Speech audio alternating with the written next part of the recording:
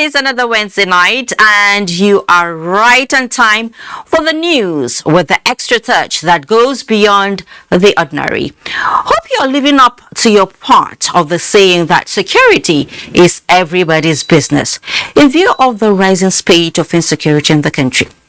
That's why security leads the pack tonight.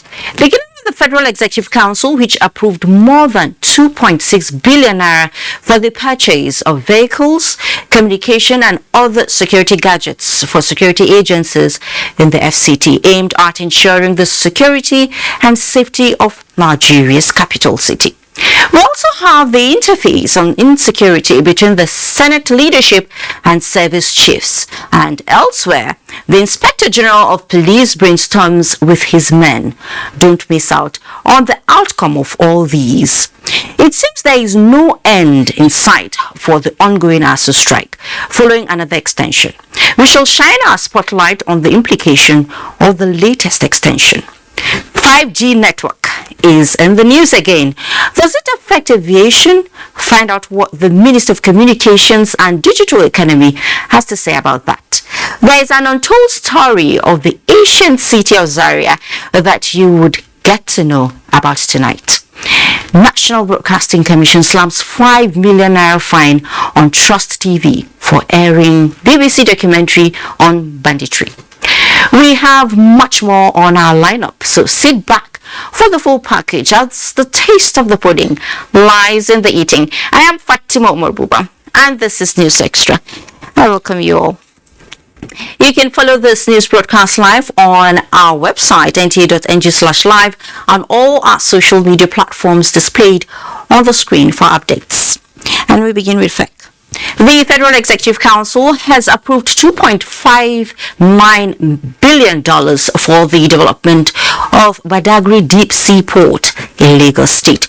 The Minister of Transportation, Zaria, announced this while briefing newsmen after the weekly meeting of the Council. State House correspondent Adam Sambo reports on this and other resolutions adopted. The hybrid council meeting presided over by President Muhammadu Buhari was also attended virtually by Vice President Yemi Oshibanjo for the first time since he was discharged from a Lagos hospital after a successful surgery. The memo on the development of the Badagry Deep Sea Port was one of the 5 considered and approved by the council towards sustaining the upward trajectory in Nigeria's socio-economic development enterprise. Transportation Minister Zaria said funding for the Badagry Deep Sea Port project is to be provided mainly by the private sector. Under the PPP arrangement agreed upon by the council, the port, after completion, will be managed by the developer for a concession period of 45 years before returning it to the federal government. This is to further the government's goal of making Nigeria the maritime hub of the West and Central Africa sub-region. This project, it may interest you to know, will also generate a total revenue of over $53.6 billion over the concession period. It will create about 250,000 jobs and also attract foreign direct investments to the country and help in improving Nigeria's economy in general and the well-being of Nigerians. Also approved by the council is a new national monitoring and evaluation policy for the country aimed at promoting good governance, accountability and effective service delivery to Nigerians. The policy defines a framework for the institutionalization of the practice of M&E for results that will contribute to improve socio-economic development of the country and enhance the well-being of citizens. The policy clarifies how M&E should be conducted in the country for feedback, especially from citizens, so that decision makers can make effective use of evidence by government and stakeholders to inform policy, strategies, and investments.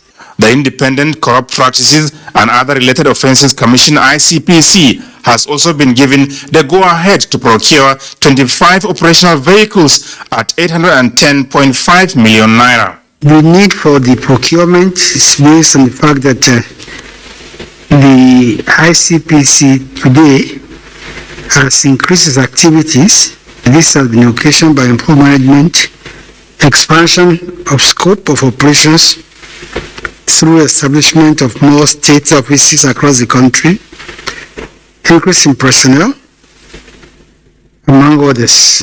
With the ICPC taking over the supervision of constituency projects across Nigeria, mobility is key. But as the Minister of Information explained, all 25 new vehicles must be acquired locally by the Commission in line with the local content policy of the federal government. From the State House, Adamu Sambu, NTA News. Determined to ensure that Abuja, Nigeria's capital city, remains safe and secure, the Federal Executive Council has approved more than 2.6 billion naira for the procurement of designed operational vehicles and gadgets for the various security services. FCT Minister Mohammed Musa Bello disclosed this at a media briefing after the meeting of the council. State House correspondent Adam Sombo again reports that 3 new permanent secretaries were sworn in by the president before the commencement of the meeting. Since the attack on Kuje Custodial Facility and the killing of some soldiers in Buhari, FCT residents have remained apprehensive over their safety and security. The FCT administration is, however, not relenting in ensuring that such fears are allayed. The Minister, Muhammad Musa Bello, who brought the matter to the Federal Executive Council, secured a unanimous approval for the procurement of operational vehicles and state-of-the-art gadgets for the various security services to keep Abuja safe and secure. And these items are 60 utility vehicles, including communication equipment installed in the vehicles. In addition to that, Council also approved supply of various security gadgets and accessories to support security agents in the FCT. What I can just add here is that there is tremendous effort by all to make sure that Abuja continues to be a safe haven for all of us. Transportation Minister also used the opportunity to react to the reported suspension of train services along Lagos to Kano rail line as well as Itakpe-Warri over security concerns. I would like to state clearly that it is better to suspend a service where there is imminent threat and clear that threat first, or where an incident had occurred, to investigate that incident rather than jeopardize the life of a single Nigerian. On his part, the Minister of Information and Culture, Laya Muhammad, allayed fears being expressed by a coalition of civil society groups that the 2023 elections might not hold given the security situation in the country. I can assure you there will be elections, because the federal government would do everything possible, not just to make sure there's election, but to secure the country. I'm sure you heard yesterday from the President that the commanders have been given everything they need, and they've been given all the powers they need to bring this insurgency and this banditry to an end. The government is taking the issue of security very seriously, and I know that there have been quite a few successes by the military in overrunning the bandits around Abuja in the last couple of days. Regrettably, it's like when the military are having the upper hand, it's not given the same kind of media coverage as when the bandits, attack. Again, I also want to take the opportunity to please let us all realize that security is everybody's business. And please, information is key. Don't leave the issue of security to the government alone. You have a role to play in giving us timely information about security. And that's why our campaign, if you see something, say something, is still very relevant. And before the commencement of the council meeting, 3 new permanent secretaries were sworn in by President Muhammadu Buhari to fill existing vacancies in the federal civil service. Those sworn in are Lydia Shehu Jafia from Adamawa State, Udo Okonkon Ekanem from Akwa Ibom State, and Farouk Yusuf Yabo from Sokoto State. The new permanent secretary selected from a rigorous eligibility exercise conducted for directors in the Federal Civil Service are representing states where vacancies existed. From the State House, Adamu Sambu, NTA News. Now, As the Quran is to a Muslim and the Bible is to a Christian, so the new Electoral Act is to a politician. Knowing the details in these documents is essential to the practice. In this line of thought, INEC is engaging political parties to abreast them with clauses contained in the Act and act accordingly. Mayor Gide reports. From September 28th, 2022, the floodgates of campaigns will open ahead of the 2023 polls. Major civic centers nationwide will be busy. Candidates selling their manifestos to the electorates. But before then, an indoor session between INEC and the political parties. Thanks to the Abubakar Momo Memorial Lecture organized by the Electoral Institute, Abuja. Thanks for coming. How are you preparing for your campaigns? From the man standing in for the INEC chairman, Abdullahi Zuru, to the party chiefs. Beyond the friendly talks, here is INEC's position. I wish to assure you that INEC has no preferred party or candidate. We shall only ensure that all valid votes count and the winners are decided solely by the voters. Unfortunate preponderance of the many legal cases arising even from pre-election period up till today, after the conduct of elections, indeed have at many times brought a lot of challenges to the electoral process. The Electoral Act has brought on board solutions to many issues and many problems that in the past have actually fueled endless litigations in our courts. Then a little for the details in the Electoral Act. A professor takes the politicians on an intellectual ride. If the political parties are not able to comply with the rule of law, democracy is endangered. And that has been the challenge we have faced as a people. From INEC to the political parties, reduce your love for power and increase your power for love. Mayor Okidi, NTA News. Thank you, Mayor. Nigerians demand from us a high level of commitment in tackling the current security threats in the country. These were the words of the Inspector General of Police, Usman Alkali Baba, to strategic commanders of the police in Abuja. Now, Francis Fong will fill us in on how the police high command intends to secure us.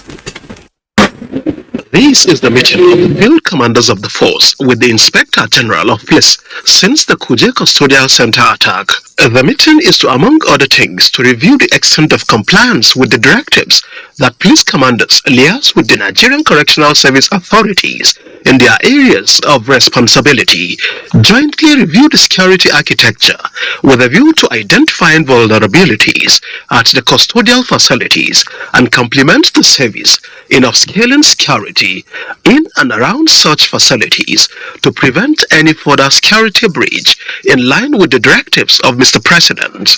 You are all directed to immediately commence a special visibility policing operation across your commands. This initiative will encompass the crime mapping of your areas of jurisdiction, identification of vulnerable points, and the massive deployment of personnel on motorized and foot patrols of the cities. The initiative also involves the utilization of intelligence to undertake targeted raids on criminal cells. Another issue on the table for deliberation at the meeting is the National Security Council's resolution on the documentation and streamlining of the operations of commercial motorcycle and tricycle riders across the country as part of the national initiative that are directed at addressing current and evolving national security threats. Much as the law has bestowed on us certain powers and authorities, the IGP warns that any police officer who betrays his service oath and tramples on the rights of citizens will be identified, isolated, and dealt with. Francis from NTA News. African security challenges can only be solved by Africans through joint efforts by security agencies and civilians living in rural areas. Nigeria's Chief of Defense Staff, General Lucky Irabo, and the President of Rwanda, Paul Kagame, agreed on this at the event marking the 30th anniversary of the National Defense College, Abuja. Defense correspondent Ismail Musa has that. Nigeria, just like many other countries in Africa, is faced with diverse security challenges. These threats range from terrorism, banditry, and secessionist agitation, amplified by proliferation of small and light weapons. To complement ongoing efforts to stem these threats, citizens at the grassroots must provide timely intelligence reports to security agencies. There is therefore a need for members of the larger society to see security challenges in Nigeria as a collective responsibility. Citizens must themselves stay away from crime and report persons who engage in criminal pursuits. All government agencies must use their medium of influence to remind Nigerians on the need to be more security conscious. The executive and the judiciary could also improve strategic communication and reduce institutional bottlenecks. Therefore, we need to think out of the box and develop strategies that would enhance security and national development in Nigeria. President Paul Kagame of Rwanda charged African countries to see the war against insurgency as an internal and a collective responsibility rather than resorting to external help. We must work closely together within our regional organizations and also bilaterally to tackle those threats in a holistic manner. We can work with external partners, but ultimately Africa has to be in the lead to ensure continuity and good results. The event is part of ongoing activities marking the National Defense College 30th anniversary. From the National Defense College in Abuja, Ismail Musa, NTA News. In the meantime, President of the Senate, Ahmed Lawan, has observed that the current security situation in the country has assumed a threatening dimension and calls for a review of strategy. Senator Lawan was speaking at a meeting involving principal officers of the Senate and heads of security agencies, where the senators urged the security agencies to ensure drastic and remarkable changes in the security situation of the country. Is to look into where we are today and probably this current present position where we are is most frightening. So we really have to review and see what more we have to do and how differently we have to do. Our population is largely peasant. Most of our people are in the rural areas and they lead their lives by going to farms. We all know this. In many parts of the country today, that is a Herculean task. Issues of national security must be seen from a collective perspective. I assure you that quite a lot has happened, quite a lot has been done, quite a lot is being done to ensure that we improve on the security setting across the country. The commitment is there, it's very profound. The meeting, which later dissolved into a closed door, also featured measures towards addressing oil theft and other security challenges. Some experts in the education sector believe that Boko Haram's onslaught on Western education has damaging effect on education in some parts of the country. While the debate about the extent of damage is still out there, school abductions by bandits and reactionary withdrawal of students, especially the girl child from schools, has further complicated the dilemma of education for the girl child. Added to this is the future of the campaign against low literacy, out of school children, and how all of that interlinks poverty. In this report, Hadiza Godwin goes in search of answers from stakeholders in the education sector on the effect of the violence that has been meted on schools. In recent weeks, the FCT has come under some trying security challenges, which have seen drastic policy measures, from the violent hot pursuit of the criminals to the cautious shutdown of schools. Government is leaving nothing to chance in ensuring security of citizens. These are trying times for the educational sector. Security is the pivot on which everything revolves. Economic activities, healthcare, education, what have you. If you do not have security, proper security, it affects every facet of the society. We must have to take very proactive measures to ensure that the FCT and also, in fact, the whole country is effectively protected. When this development started from the northeast, northwest, we invited our grassroots lieutenants, the principals, early secretaries, to intimate them of this sad development. Number one, we informed them that allowing numerous footpaths into school environments should be avoided. Number two, they should have strong personnel that will be managing their interests. It has been over 5 months since academic unions in the university began a strike action that has paralyzed activities at the campuses. Security threats has only further exacerbated the already fractured situation created by the striking university lecturers. We must think deeply that it's a responsibility of everyone to get this country out of where we are. And we are where we are for lack of education. What time do these lecturers have now to teach them? They are not only, the age limit is not even the only issue.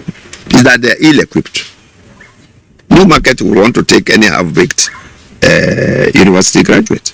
Many Nigerians remain concerned, acknowledging government's efforts so far, while urging that in furtherance to the steps already taken, government should devise a holistic approach, as insecurity comes with multiple consequences that goes beyond the obvious. Hadiza Godwin Ebuni, NTA News. From security to road safety, the Federal Road Safety Corps has deployed more operational equipment and personnel to heavy traffic and crash-prone areas nationwide. Acting Corps Marshal FRSC Dauda Alibiu says this is part of strategy to improve operations. Oyemi Ajayi reports. Barely 2 weeks since the appointment of the acting Corps Marshal, Dauda Alibiu, his first step now is to boost the operational activities of the Corps through personnel and equipment deployment to different areas, especially crash-prone locations. The mandate remains the same: reduction of road crashes to the barest minimum to ensure sanity on the highways. The Corps will now be injecting new fleet of vehicles for operations to achieve these targets, aside the light and heavy tow trucks for prompt removal of obstructions. The motoring public should really be assured that their trips on our highways will be safe. That's what we plan for them, and we intend to achieve this. And the crash victims will offer them all the necessary assistance that is required. The acting Corps Marshal remarked that support from President Muhammadu Buhari is the major factor motivating the Corps in realizing its quest for safer motoring environment, and expressed gratitude to the Secretary to the Government of the Federation, Boss Mustafa, as well. Oyemi Ajayi, NTA News. And First Lady of Nigeria, Aisha Buhari, congratulates Irelu Abiola Dosunu, who is newly crowned the Yeye Odua and Queen Mother of the House of Odudua by the Arule Odua and Oni of Ile-Ife, Oba Adeyeye. Enita Ogunsi. While praying for God's guidance and protection during her reign as the Yeye Odua, the First Lady is optimistic that her conferment with this title is surely a blessing to not only Yoruba land but Nigeria as a whole. Similarly, the First Lady is also felicitating with award-winning fashion designer Princess Abba of Fulawiu as she clocks 8 years. The First Lady is wishing Sisi Abba, as she is popularly called, good health, God's protection and guidance in all her future endeavors. Let's take some time out at this point. When News Extra returns, we shall bring you latest developments around the lingering ASU strike. Another moment of dashed hopes for students. What are the implications? Don't go away. You see the boss brain with another banger. This one now better get 10 times. 10 times of everybody to say you research. You got to get up to double your data recharge. If for new and existing growth customers, new customers forget extra 1,000 bonus credits. So get your new Glow SIM today. That's a 777 hash. Me. It depends you, it depends us, it depends everybody. Yes, but what? Not share. Starter, come out, and no go suffer. This one they talk, and make them go if they want go. This one they talk, we go come out, we go. This one say, make we starter, make we born, make we do everything. When you start and finish, where you go? Okay, you go take private jet, carry your family go. But make I ask you, what about your uncle, mama, auntie, brother, sister? What about them? Remember, don't throw stone for market. You don't know whether the stone go touch your own person. If the thing will go come out from your mouth, you no go fit gather us together as one people. Shut up with please. War no get friend. You don't know language, you don't know anything. So if our we get too much, make we sit down at the table of dialogue. Nigeria na my own, Nigeria na your own, Nigeria na our own. Make we come together, keep them together.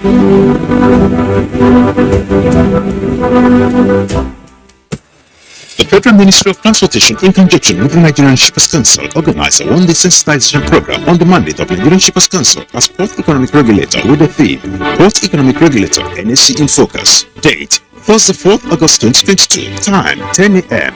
Venue Hotel Presidential GRA Port Harcourt, River State. Topic Promoting competitiveness and compliance in the Nigerian maritime industry. Chairman of the occasion Dr. Martin Ajeni, Permanent Secretary, Federal Ministry of Transportation. Speaker Professor Bongo Adi, Maritime Economist. This event is strictly by invitation. Announcer, Nigerian Shippers Council. #1 university in Nigeria and one of top 400 in the world, Afe Babalola University, Upward, holds online post-UTME screening for 2022-2023 admissions. Screening holds 9 a.m. Saturday, 6th August 2022 into undergraduate programs in the colleges of Engineering, Law, Medicine and Health Sciences, Pharmacy, Sciences and Social and Management Sciences. Application form may be filled, downloaded or obtained at Afe Babalola University at Dwekiti, Emmanuel Chambers in Abuja, Lagos, Ibadan, Port Harcourt and Montessori International School. Warri applicants are to access admissions.abwe.edu.ng and follow the step-by-step guide to write the post-UTME test. For details, visit www.abwe.edu.ng or call 081-277-2121. Upward, a vision in action. The Nigeria Police Force, in conjunction with Solar Security and Consult Company, is organizing a series of election security management workshops in the 6 geopolitical zones.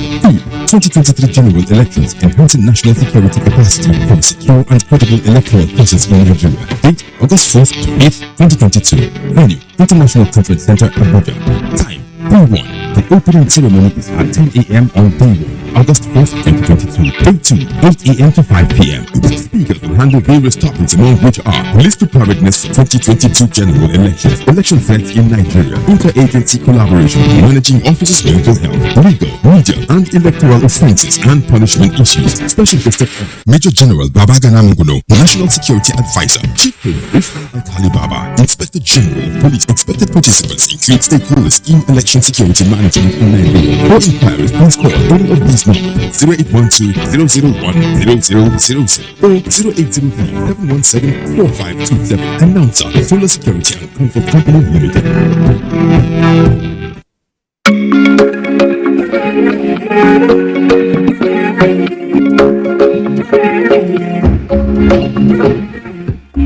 Fighter from Niger, 60 years of comfort. Quality is fighter from. Quality is fighter from for sure. It's fighter. Take you for the joy, memories of comfort. Vitafoam is proudly Nigerian and constantly support Nigerians with consistent quality products for comfort and well-being. With Vitafoam, you don't just sleep, we give you the comfort that gets you recharged. Vitafoam, the fine art of living. You see the boss brain with another banger. This one now better get 10 times. And 10 times of everything it will say you recharge. You gotta get up to double your data recharge. If for new and existing Glo customers, new customers go get extra 1,000 bonus credit. So get your new Glo SIM today. That's a 777 hash. Welcome back. For the past 5 months now, students and their parents have been anxious to hear that ASU has called off the protracted industrial action, only for ASU to roll over the strike for another 4 weeks. The union claimed the period is to give government more time to address the contending issues. In this report, Abdullahi Musa Sulejah takes a look at the implication of the unending strike.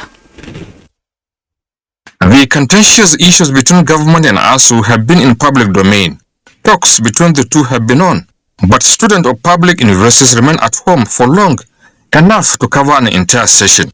While private universities operate for people who can afford the fees, average parents are left with option of public universities that have lean vacancies, considering the high number of admission seekers in the country. It has a negative effect. Other countries, they are moving forward. And our children are set back.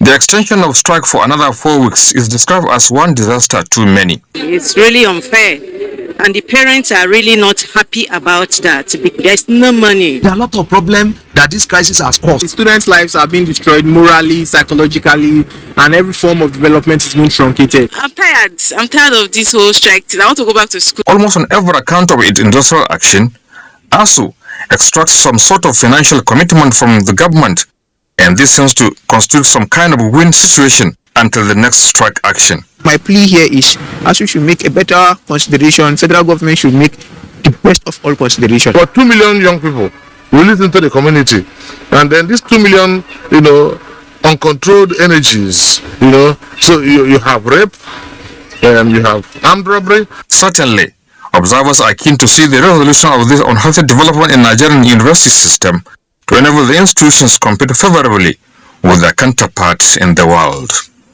Abdullahi Musa Sulejah, NTA News. Meanwhile, there are lots of cry regarding the lingering ASU strike, which many say is affecting the mindset of students for being idle. Let's hear their reaction. ASU will strike.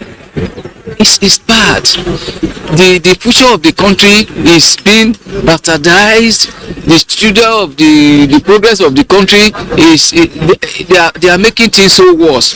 People who are about to graduate, but because of the ASU strike, they've been at home for extra 6 months or thereabouts.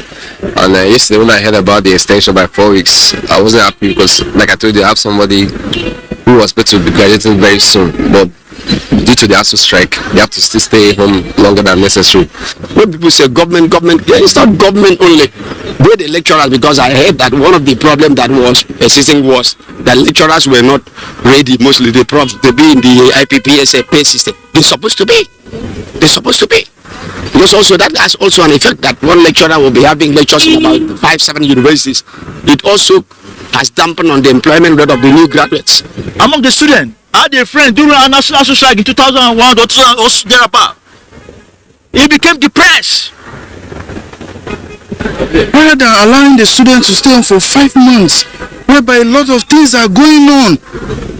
The student morale, the student brain, the student academic performance will not be the way it used to be before. Almost 6 months since the downing of tolls by Academic Staff Union of Universities across the country, academic activities remain comatose in all institutions where the union is active. The 3-year-old Borno State University of Maiduguri has, however, remained in session, sustaining academic activities in the institution with a growing population of over 5,000 students, including those undergoing remedial programs. Jedwa Jessini reports.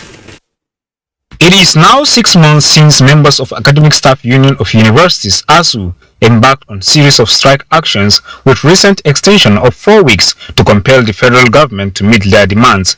This action only affects institutions where members of ASU are part of the workforce, and Borno State University is not among such institutions. At the moment, we don't have any unions. We don't have ASU, we don't have SANU, we don't have NASU, we don't have NAT. And there are no any labor issues. Having held its third matriculation ceremony with over 2,000 students, the Borno State University has just concluded its first semester 2021-2022 academic session with a 2 weeks break after the examination, a development the students are happy about. I think by keeping the session going, we are indirectly improving the standard of learning at the tertiary level. It is good to operate them to close in every perspective. The students are willing to, not only the students, even the parents are willing to send their children to this university. Students are having mixed feeling as regards the situation of things in the country's education sector. The ASU saga did not affect any of our students. I'm really excited because I'll be excelling.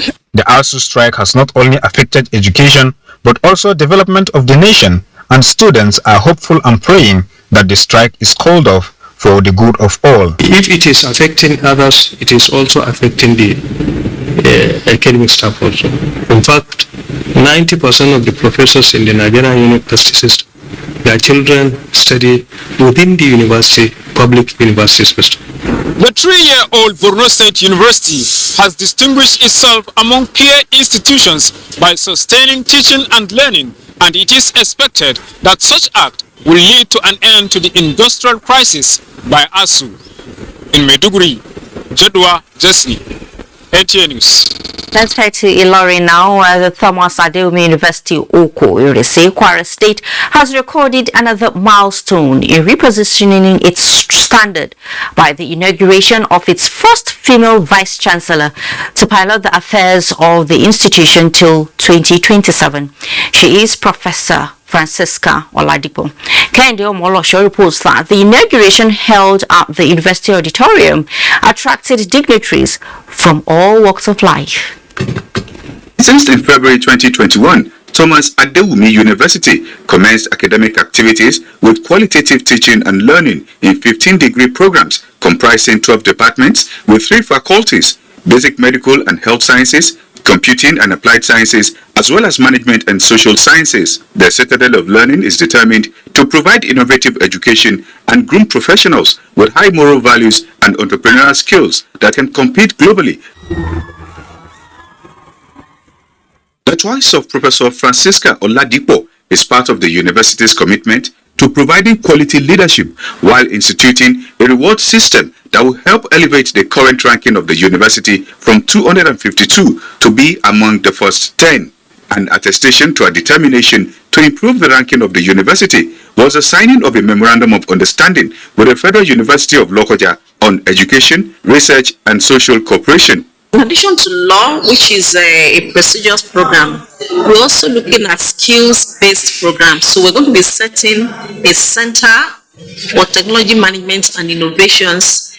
On the part of the two who brought the vision of the university to fruition, Johnson and Gloria Adewumi, they are committed to raising game changers that will continue to break grounds in critical sectors of the economy. We have a lady that is driven by passion to achieve success. We can see that she's a product that is well seasoned and that is of this evolving that is needed in our nation today. He has to be patient. He has to remain focused. As soon as they lay out their strategic plan, the news that I should be hearing is that they have achieved this, they have achieved that. Professor Francisca Oladipo, before her appointment, was the Director of Quality Assurance at Federal University Lokoja and the Head of Department of Computer Science. Kehinde Omolosho, NTA News. And the 7th Adamawa State House of Assembly may have less than 10 months to the end of its legislative term, but learning is a continuous process. The lawmakers are still learning to further improve on the lives of citizenry. This forms the workshop organized by the National Institute for Legislative and Democratic Studies for the legislators. John Yaku brings us legislative issues of concern at the workshop. The House with a 4-year legislative term has concluded its party primaries with 18 members recontesting. Others have lost their tickets while 4 will be contesting for National Assembly seats come 2023. This workshop therefore is to provide them with tools to effectively take stock of their legislative tenure within the past 3 years with a view to charting the way forward. To enable political decisions that are citizen-oriented and locally oriented. Especially in a very diverse country like Nigeria, structuring a country into states reflects and preserves this diversity and also reflects the different needs the population has across the country. Adamawa State has been at the epicenter of some of the most worst violence over the last decade, resulting in deaths, displacement, and destruction of livelihood.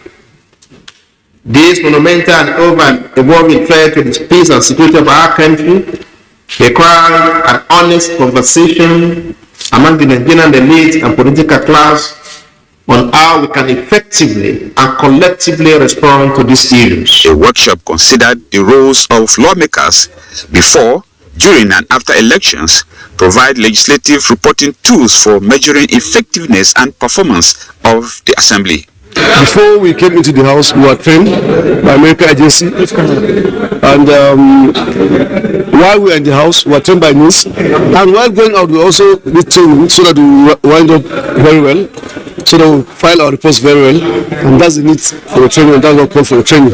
To ensure that our constituents down there are having our impact or feeling our impacts. Other issues of concern are managing legislative transition, social welfare role of the legislature, and financial autonomy of state assemblies, among others.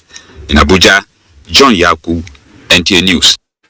Since the advent of Administration of Criminal Justice Act 2015, Nigeria has recorded more convictions in the prosecution of criminal cases. Now that 33 states have already domesticated the law, a national minimum standard has been inaugurated to guide the justice sector in implementing the law. Olabode Arewa reports.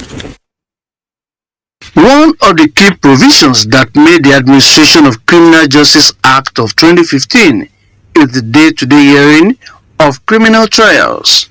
This and other provisions of the Act have thrown up new challenges, particularly for prosecution and defense counsel, who need to be acquainted with them. 370 rangers comprising those knowledgeable in the Administration of Criminal Justice Act have been trained on ways of engaging citizens on its provisions, thus necessitating the formulation of a national minimum standard of practice. Most of our cases before AUG, a lot of them are inconclusive because they didn't find the witness. Witnesses will have responded. But AUG has provided some protection for them. Now it's possible that some people can testify behind curtains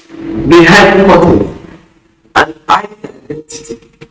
This indicates a deliberate shift from punishment as the main goal of the criminal justice to restorative justice, which pays attention to the needs of the society, the victims, vulnerable persons, and human dignity. Aimed at promoting speedy dispensation of justice, the Administration of Criminal Justice Act of 2015 has resulted in recent guidelines like the plea bargaining and non-custodial sentencing for criminal trials. In Abuja, Olabode Arewa, NTA News. Now, the National Broadcasting Commission (NBC) has imposed sanctions on some pay TV platforms for breaching the broadcasting code by airing a documentary titled Nigeria's Banditry, the Inside Story, on their platforms. MultiChoice Nigeria Limited, owners of DSTV, Telecom Satellite Limited, TSTV, and StarTimes Limited are to pay a fine of 5 million naira each for the broadcast of the documentary by the BBC Africa Eye.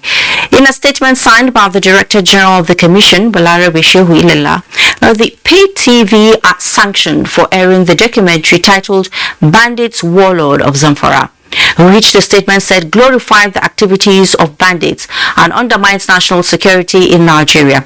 Trust TV Network Limited was also fined 5 million naira for its documentary titled Nigeria's Banditry, the Inside Story. Balarabe Shewilela said, while appreciating the need of educating, informing and enlightening the public on issues bordering on developments and happenings within and outside the country, the Commission advised broadcasters to be circumspect and deliberate in the choice of carriage of contents deleterious to Nigeria's national security.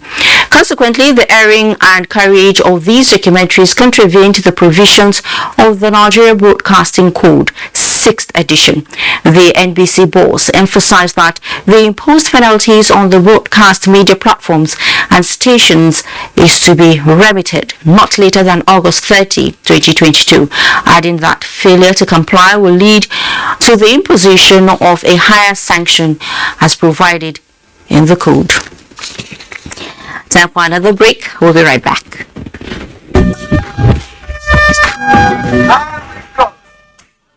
Oh, I see this collab wearing the suit there. Yeah, give me small new number now.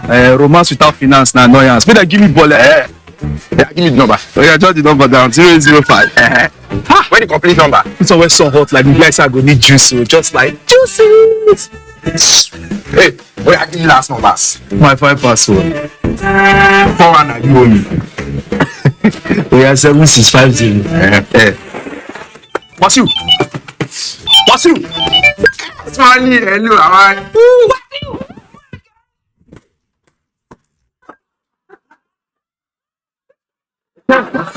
Guys, the first collab was on the train, dude. Your first. Choose a social data bundle that suits your style. Dial *777#. I dey look for pension fund administrator. Wait up, make sense, wait care for me. No be the time when story go enter the matter when it's time to deliver. No. The brand is sure them no go stress you. Call them then they accessible. Customer care where they on point. No go regret when you try up customer. Promisable investment. Everything you just make you just premium pension today.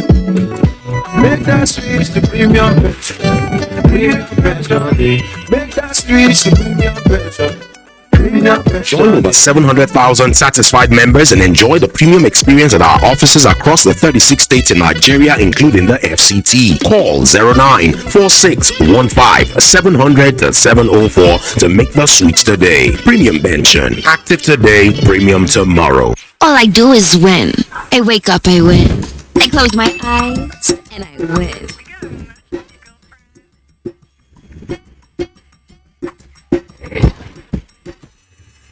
Keep up with me, come on, let's go. Keep running till the world stops spinning. Independent women, come on, now let's get it. I'ma keep running till the world stops. Wow, you look great. Did you just figure this out? Darling superstar, great that takes a long press, no matter what. ARM has partnered with Techstars to launch the ARM Lab Lagos Techstars Accelerator Program, designed to empower fintech and proptech startups in Africa for success. Applicants to these programs stand a chance to receive up to $120,000 in funding, access to 20,000 global investors, and mentorship opportunities from over 7,000 industry experts. Are you a fintech or proptech startup in need of funding? Don't miss this chance to take your business idea to the next level. Hurry and apply today by visiting www.apply.techstars.com.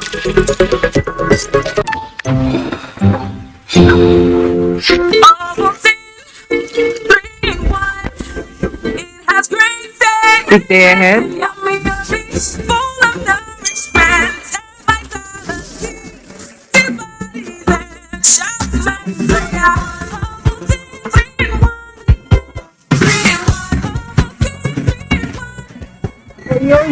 New Ovaltine 3-in-1. Smart choice for smart kids.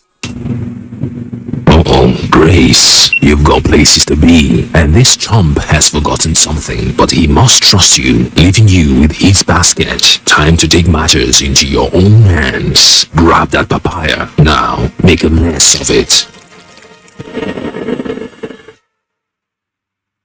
Bing bang ding, ding ding bang, bang bang bang, bing bang ding, bang bang. We are the dynamic global energy company of choice, steering the course of Nigeria's biggest export industry. With years of commitment, delivering greater value and improving lives, NNPC is transformed to better meet your everyday energy needs and retain the position as the largest contributor to the Nigerian economy, generating clean, sustainable energy with integrity, excellence, and creating value for all stakeholders. We are NNPC Water.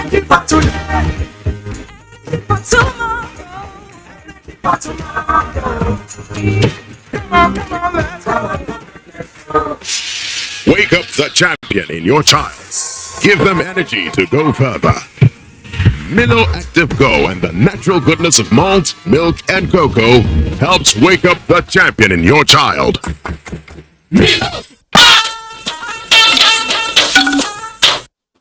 Great to have you back on News Extra. And it's time for us to talk business, and we have our usual person in the house, Musa Abubakar.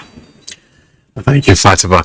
When the impact of COVID-19 was felt heavily in the business community in 2020, the federal government opened a digital academy to support micro, small and medium enterprises with more than 200 million Nigerians and the estimated 40 million MSMEs in the country. The Small and Medium Scale Development Agency of Nigeria, SMEDEN, needs support from the private sector to scale up activities at the academy. To this end, the agency has signed a memorandum of understanding with its partners towards ensuring that more SMEs are given access to training and empowering programs through the academy. That will also be given. But that we are going to put more emphasis than having classroom training. So it's even good when they learn through Safita digitally. Then we now go to them, we visit them, we make sure that we want them. I believe that in very little time we will be seeing the dividends of this kind of partnership. Now to energy, oil prices slide 1.5% on Wednesday as U.S. crude stockpiles unexpectedly surged higher last week, and after OPEC Plus said it will raise its oil output target by only 100,000 barrels per day. Brent crude futures were down 1.2% at $99.31 a barrel. West Texas Intermediate crude futures slipped by 1.5% to $92.97. It's a negative close on the Nigerian stock market this Wednesday as the bulls failed to sustain the previous day's positive sentiment. The NGX all-share index depreciated by 0.06% to 50,594.97 points, with market capitalization also dropping to 27.283 trillion naira. 121.16 million shares were traded on the floor of the exchange in 4,369 deals, valued at 4.16 billion naira. MTN Nigeria, FBN Holding and Zenith Bank led the activity chart in terms of volume. Well, that's business news. Fatima is back to you. Thank you so much, Musa. And to mark the Independence Day commemorated August 3rd, the Republic of Niger has honored 6 Nigerians with their national honors in recognition of their roles in the promotion of better relations between the two sister countries. Those honored are the Senior Special Assistant, Household and Domestic Affairs to the President, Sarki Abba, and the State Chief of Protocol, Ambassador Lawan Kazauri. Businessman who received the honors are President of Dangote Group, Aliko Dangote, and President Buba Group, Abdul Samad Rabiu. 2 governors, Alhaji Badaru Abubakar of Jigawa and Mohammed Bello Matawali of Zamfara State also made the list. President Mohammed Bazoum made his country cherishes Nigeria as one of its closest neighbors and friends. Like most countries across the globe, Nigeria is faced with economic challenges ranging from inflation to depreciation of the naira. Although government is intervening, but financial analysts say fine-tuning the interventions to drive crucial economic indicators is key to changing the tide. Michael Olale reports. On the economic index of inflation across the globe, Nigeria is down the ladder with inflation rates presently put at 17.71% on a year-on-year basis in May. It is an encouraging statistic, but while the country's huge potential is constrained, is due to factors ranging from limited capacity to exports. The government can also intervene by reviewing some of the import tariff on some of the critical items around energy, around food processing, around equipment. In the face of this, Nigeria is re-strategizing to meet up with its production quota of 1.8 million barrels per day, while ironically projecting to climb up to 6 trillion naira for subsidy payable on fuel this year. We should be able to allow for improved production. Should we have improved production of crude today, we are going to achieve a couple of things. One, we're going to have a stabilization of our foreign exchange reserve. We're going to have a moderation in the depreciation of the local currency. From anchor borrower, Empower, and series of interventions to stimulate micro and small medium-scale enterprises, government has responded positively, but experts say weak physical space in terms of limited resources has slowed down growth. There must be policy alignment for us to be able to see, positive growth. As a matter of urgency, experts say initiatives that can boost the strength of the naira can change the narrative. We have an inflow of $29-30 billion diaspora remittances annually. What we are counting officially is about, $6 billion now? So why can't we harness that? Another area of tremendous growth is in infrastructure, with the success story in the rail subsector a reference point. But experts say more efforts spearheaded by public-private partnership will add value to increasing capacity to exports. In Lagos, Michael Olale, NTA News. Nigeria is now one of the African countries to have successfully auctioned and deployed 5G broadband spectrums. There are, however, concerns that the new technology will interfere with aviation signals. In this report, the Minister of Communications and Digital Economy, Professor Isa Alipantami, allays those fears and puts together things in proper perspective. Chimduma NDPC will tell us all about it. In no distant time, August to be precise, major cities like Abuja and Lagos will have access to 5th generation network 5G before it starts getting down to other cities. It is expected that by the first and second year of deploying this network that promises to be faster, safer, create jobs, and boost the economy, it would have been rolled out in 2 states of each geopolitical zone. The International Air Transport Association, however, is cautioning countries to work closely with aviation safety regulators in deploying 5G, so there won't be a repeat of the United States of America's experience, where flights were disrupted the first time 5G was rolled out. What then is the connection between aviation signals and 5G network? In the case of 5G, one of the bands which have been identified is called the C band. Now, this is also the same band that radio as aircraft altimeters. These are equipment on aircraft which help pilots to determine how far they are from the ground. And these altimeters are used basically to help when landing.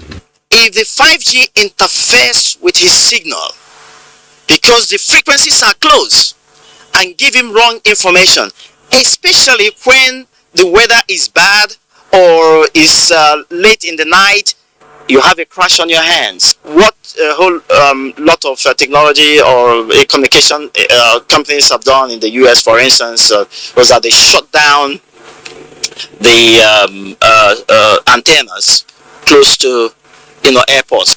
Nigeria's Minister of Communications and Digital Economy, Professor Isa Ali Pantami, explains that Nigeria's 5G deployment story is different. It all depends on the range of the spectrum. Like in the aircraft radar, I think what you call altimeter, you usually use 4.2 to 4.7 gigahertz range. Yes. In the US, when they deployed 5G, because there is no space in their spectrum, they deploy 5G within the range of 4.2, which is very close to the radio altimeters of aircraft. Yes. They are in the same place. But in Nigeria, we are using the base spectrum 3.5 gigahertz. We are not even in the same range. 5G has been deployed in so many countries. When we start deploying, we want to stay away from our airports. The International Air Transport Association notes that safety of passengers, flight crews, and aircrafts is paramount. In Abuja, Chimdima Ndubisi, NTA News. Let's head to Lagos now, where a book that chronicles the struggles and successes of a corporate guru who rose from managing the storeroom in an oil company in Warri to becoming an occupant of a global executive suite at The Hague in less than 2 decades has been unveiled to the public. Amaka Owo reports that the book, titled From Storeroom to Boardroom, is an autobiography of a former chief executive officer of Nigerian liquefied natural gas, Babs Omotowa, who witnessed by industry players in Lagos. Learned from my father that it was better to focus on a few things and do them exceptionally well than to do many things and perform below par. That was veteran broadcaster and former staff of the Nigerian Television Authority, CNN Orwell Brown, reading aloud lines from the 254-page book titled From Storeroom to Boardroom, written by former Chief Executive Officer of the NLNG, Babs Omotowa. The book highlights the author's wealth of experience, which he uses to reinforce certain leadership principles. He believes there is need to harness untapped potentials in Nigeria's gas sector. The potential that the country has, I would say we are punching way below our weights because, we should by now be producing at least 4 million barrels a day of oil. And even at the last check, we were doing less than 1 million barrels of oil. The 10-chapter book is a fascinating read and an autobiography that captures courage, honesty, and integrity, as well as relationships. Bab's personal and professional integrity and his leadership by example, I believe in part, is what propelled him to the very peak of his career. He made us realize that Nigeria is an important country and we should work not for ourselves, but for the betterment of the country. As anything that documents examples that are good, is something that is worthy of being commended. There was a panel of discussants made up of close associates to the author from the oil and gas industry who shared experiences in tackling challenges and transforming the sector. The author, Babs Omotowa, is said to be one of the few Africans appointed to the position of global vice president for shell companies across the world. In Lagos, Amaka O, NTA News. In the quest for urbanization, most cities can now boast of infrastructure like buildings, good roads and bridges, with no attention on how trees can still remain in the landscape. The resultant effect what is a degraded environment left to the whims and caprices of climate change. To curb the negative effects of this on the climate environment, rights advocates say tree planting has become expedient for a sustainable environment. Chidibere Onya reports. Trees are natural endowments found in parts of the world with different species and usage. Trees provide an unthinkable number of sustainable benefits for plants, providing food, protection, and homes for birds and mammals. Although there are enormous benefits derived from tree planting, what are those things one should consider when planting a tree? Economically, we should remember the future, tomorrow, because where there are no trees,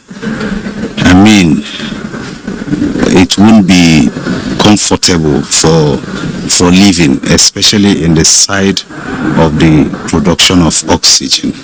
When we know the essence of trees, like the essence of leaves, the essence of flowers around us, then we would be able to develop an interest, because they beautify, they shed, it gives that protection from the sun. The importance of trees cannot be overemphasized, as it is recognized as one of the effective weapons in the battle against climate change. Trees with its elongated stem or trunk and supporting branches and leaves are often neglected. How then can it be cared for to safeguard the environment? You have to, water them regularly. If there are young, plants in the nursery, you have to water them sparingly, and of course, at least very early in the morning and quite late in the evening.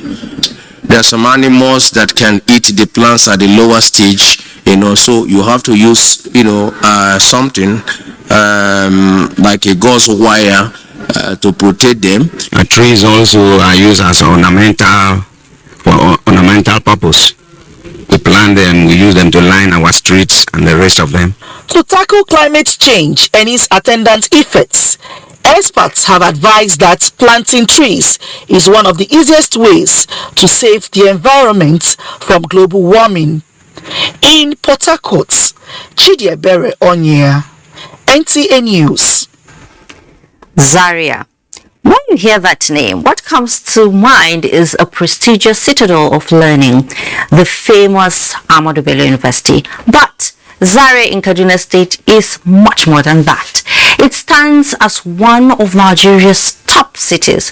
But then, it is also a traditional society that for long has resisted internal changes. Hami Sorogo tells us more about Zaria. If Zaria were a paperback, it would be a classic, a bestseller.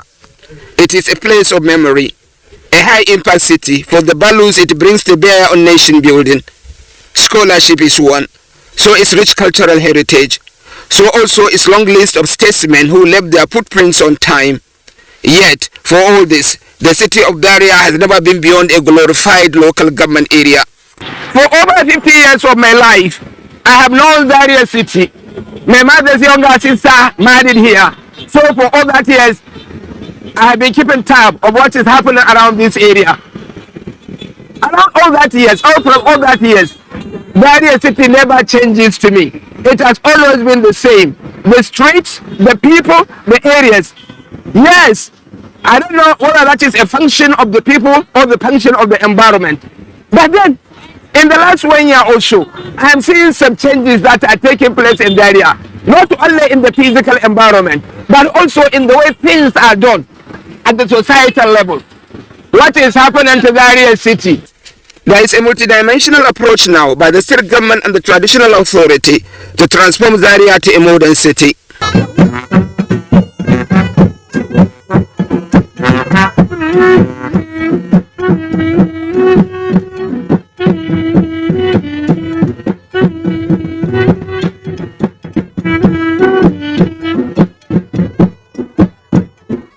Zaria is benefiting from the inputs of its new emir in changing the way many things are done, which negate forward movement. And more conspicuous is the relocation of a Friday market right at the Palace of Zazo, which thrived there for more than half a century and with a rich history. It is now in Amaru. There's any emergency, you can't leave, this house because they have blocked, the whole place. And if there's any activity, taking place here, you cannot pass through and come to the palace. Even coming to the mosque, the area where people were supposed to be praying, the courtyard of, the mosque, was overtaken by traders. This is the relocated market. The beauty of it is that it deals with the products that appeal directly to local community. Zaria is an agrarian society, so farm implements constitute a major feature of the market. In all its life, Zaria city never had township roads. The local community never wanted it. They are always consumed between superstition and nostalgia. They never want the graves of their ancestors to be tampered with, or the ancient homes of their fathers to be brought down. The story, however, now is, they now have the son of the soil trampling over those mindsets and providing the roads. In Zaria, Muhammad Hamis Rogo, NTA News. Thank you, Hamis Rogo, for that. Now, so far, so good. When we return from this next breather that beckons, women rights groups take the fight against gender-based violence to a higher level. We'll be right back with this and more. Your toothpaste give you complete fresh protection. New Close-Up Toothpaste Complete Fresh Protection takes care of your 5 important oral care needs. It gives you strong teeth, prevents tooth holes, cleans deeply, fights bacteria, and gives you fresh breath. Complete fresh protection from Close-Up. Glovo is the app that brings you anything you want. Like a great burger and chilling after work. Or what you need from the supermarket, sharp. Even from diapers to escape real wahala. Download the app, order a Glovo, and we get it.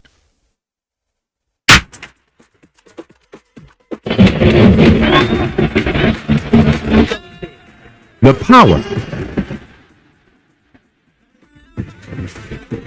The performance. Concentrated power. Concentrated performance. The partnership of concentrated power. Salty, the official regional partner of Paris Saint-Germain. Wake up the champion in your child. Give them energy to go further.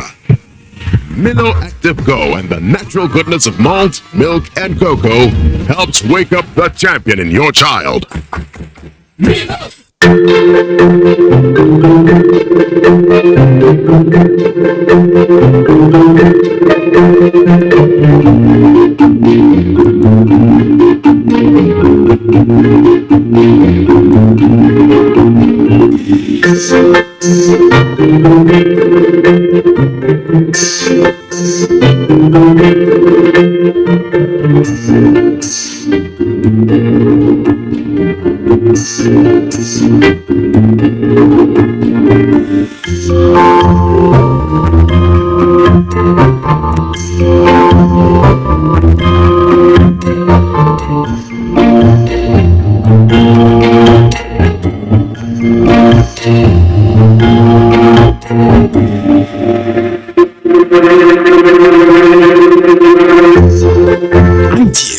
Developing the nation's human resource.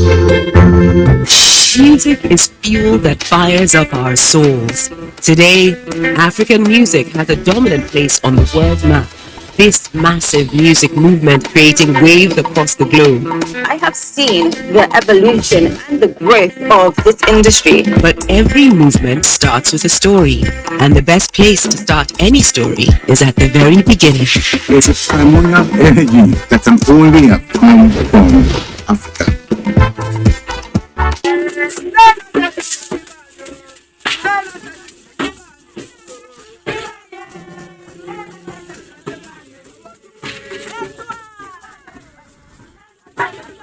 August meeting is where women always plan how the grassroots will be able to work. This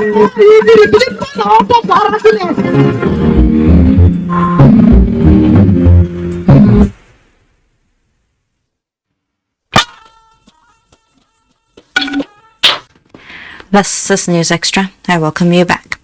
Every year, the floods come, and surprisingly, people are taken by surprise. Well, as the rainy season is getting to its peak, the National Orientation Agency and partners are intensifying campaigns on the need for Nigerians to strictly adhere to early warnings and weather predictions by NIMET to prevent and mitigate impact of flooding on the environment. Kenneth Nanim reports that the agency is using a one-day stakeholders meeting to also galvanize action in response to current flood disasters in the country. Each year, NIMET releases weather predictions to guide Nigerians, especially those on flood-prone areas, against disaster. As the rains intensify, the attendant consequences are already here. Many residential areas, farmlands, even human lives are being lost.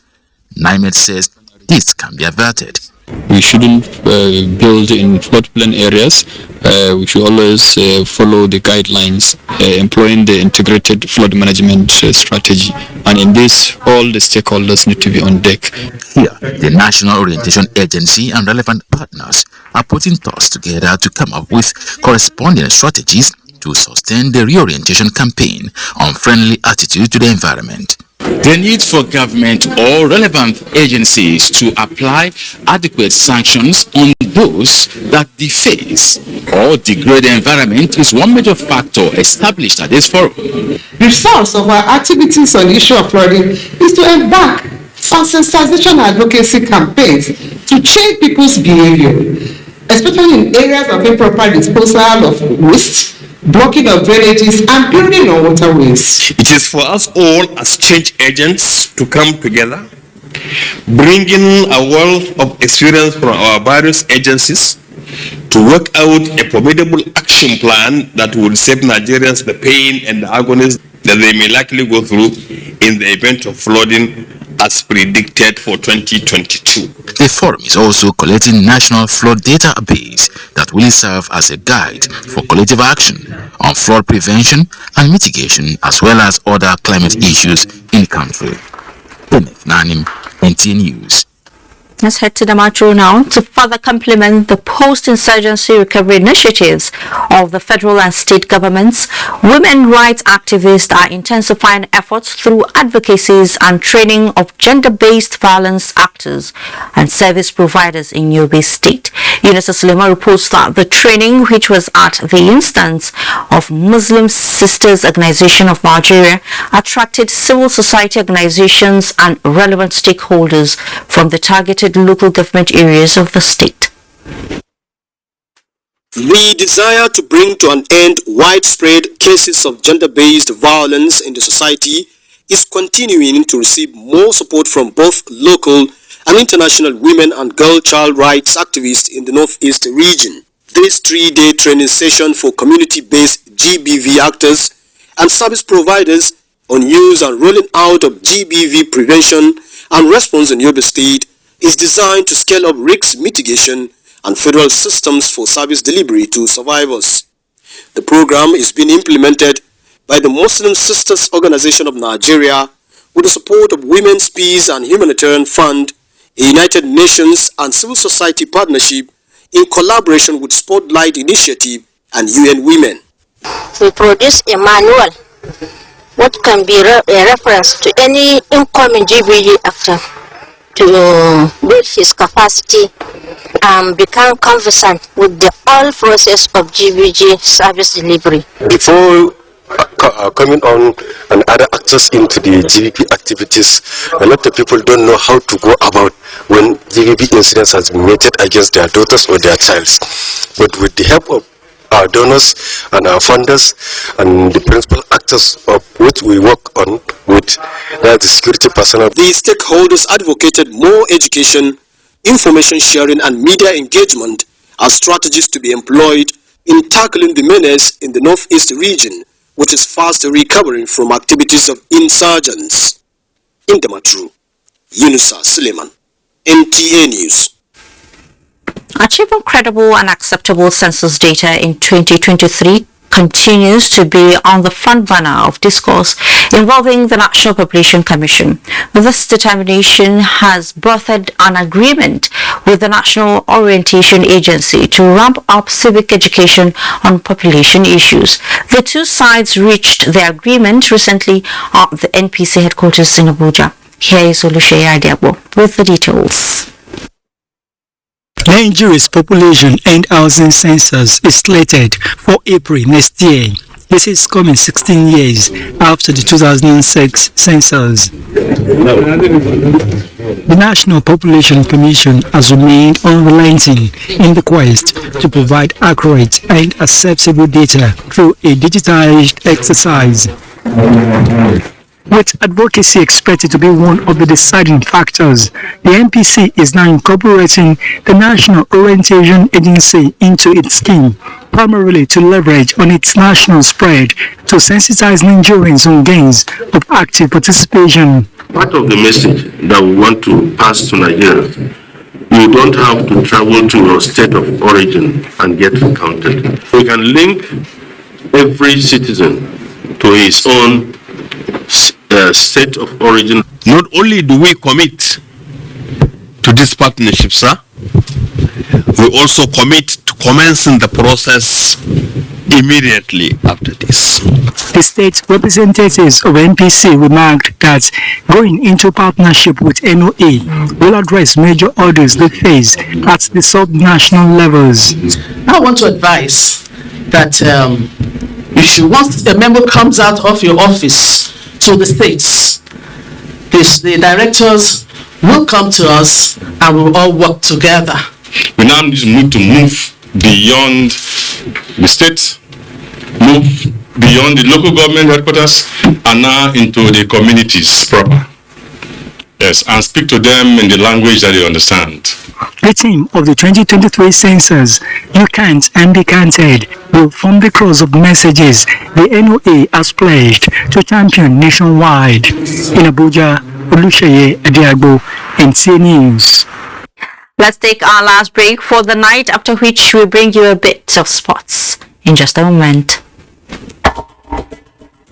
To every politician, as the campaigns gain momentum and passions begin to rise, remember, the errors of your opponents do not make you a success. Do not run down your opponent and inflame passions to violence between and among your supporters. What counts is what you plan to do for the electorate and how you intend to relieve the sufferings and bring succor. Nigeria is in dire need of patriotic leaders at all levels, leaders who will make national development their priority. Concentrate on telling the electorate what you intend to do when you get into office. Focus on making your vision clear to the electorate. Don't engage in verbal abuses, fake news or speeches. Keep dealing with issues that will bring progress. You win the hearts and minds of the people by being above board, by being civil, patriotic, and showing empathy. Let's join hands to make the 2023 elections peaceful. A message from the National Orientation Agency.